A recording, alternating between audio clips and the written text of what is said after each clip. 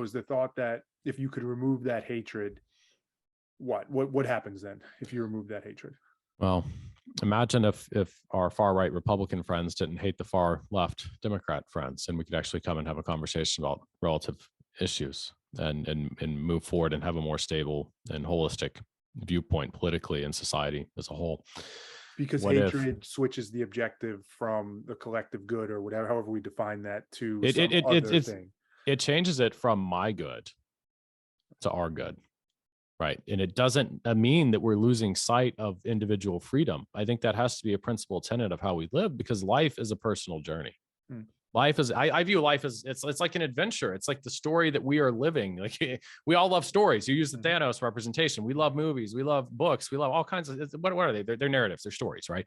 We enjoy that. We can relate to that. That's like the central theme that we can all relate to because we're all living our own, right?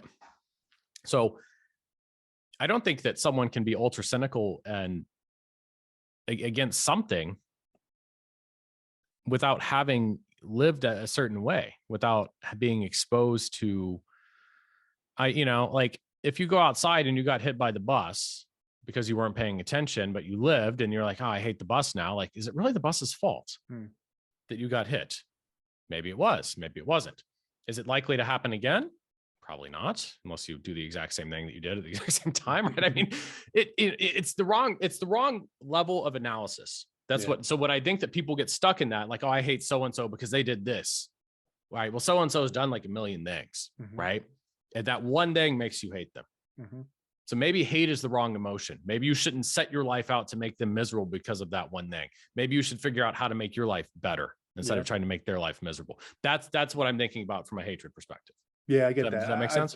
Yeah, it does. I've thought the concept before, which I think is very much in line with your thinking, that it actually never makes sense to hate somebody. It doesn't mean you can't disagree. It doesn't mean you can't argue. It doesn't mean all those things are fair game, right? Pushback, all that stuff.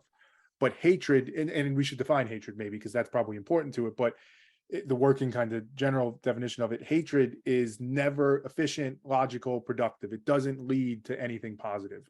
I don't know if that's true, but I think if I had to bet, I think I would bet there's never positive that comes from hatred in its pure form.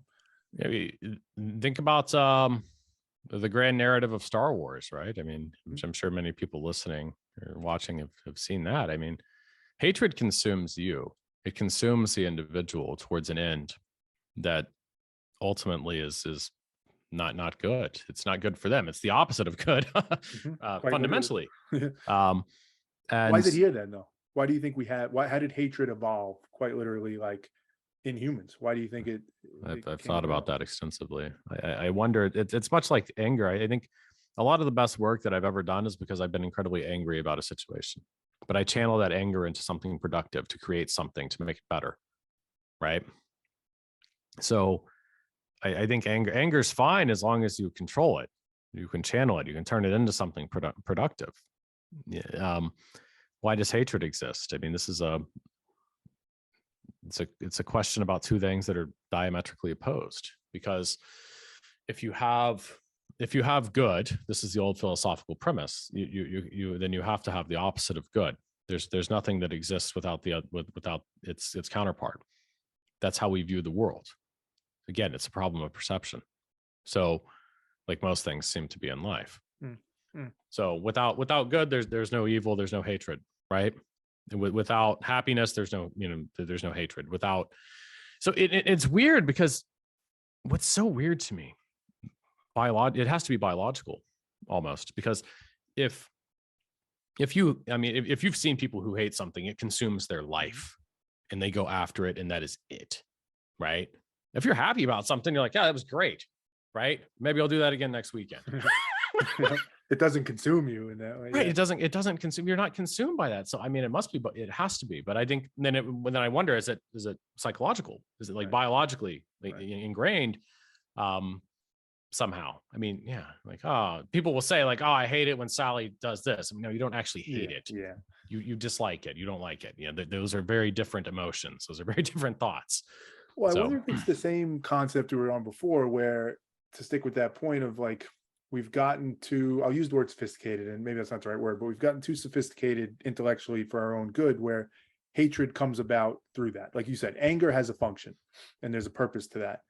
And we've just gotten so, again, sophisticated, whatever. Like we've tried to optimize for anger almost, and we've created hatred, and it's led to something negative. Obviously, I think we would agree, but it's that